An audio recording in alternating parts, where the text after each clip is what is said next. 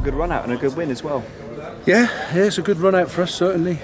Some people have got another 45 minutes, some people have got 60, 70 minutes as well. So, yeah, decent. I thought we looked a threat. We looked quite comfortable in all fairness. Looked quite strong, changed the formation at half-time, went 3 at the back to see how that went.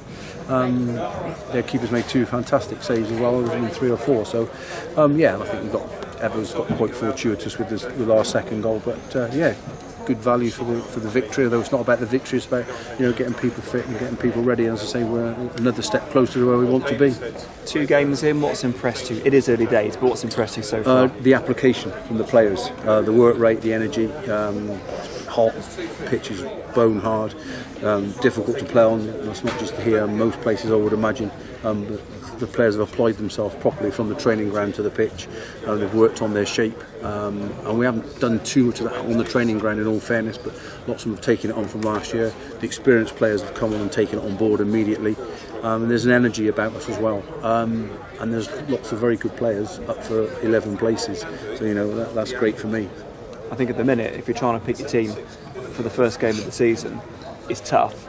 And also, as it stands at the minute, there'll be 1 or 2 sat in the stands who last season would have been on the bench at least. Absolutely, and these friendlies are vital, and Gary Horgan's big on the way people train and the way people do things properly on the training field. That goes then on to the Saturday or to the Tuesday night, so it's important that as the players come, they apply themselves properly, they're here on time, they work hard properly, and they do things as we ask. And as I say, they're doing that. It gives me lots to think about picking teams. As I said a few weeks ago, if the season was to start, we'd be in quite a good place, and we're in a better place than we were 2 weeks ago, thanks to some decent sessions and 2 competitive games against 2 league sides.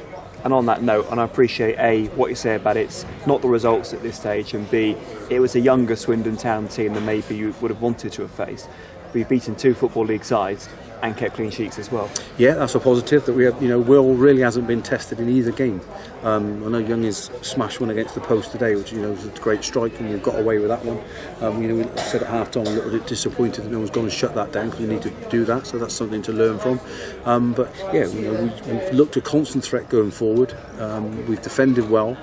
In numbers, there's been some very, very good individual performances from Curtis McDonald and Will Richards, Josh Smile and Jack Compton, Nat Jarvis. They've all turned in big performances over the last couple of days, and great. That's exactly what we want. As I say, I want everybody bang at it, ready for the August the 4th. We go to Melksham on Saturday on a very good pitch, and hopefully we can get the ball down and play there.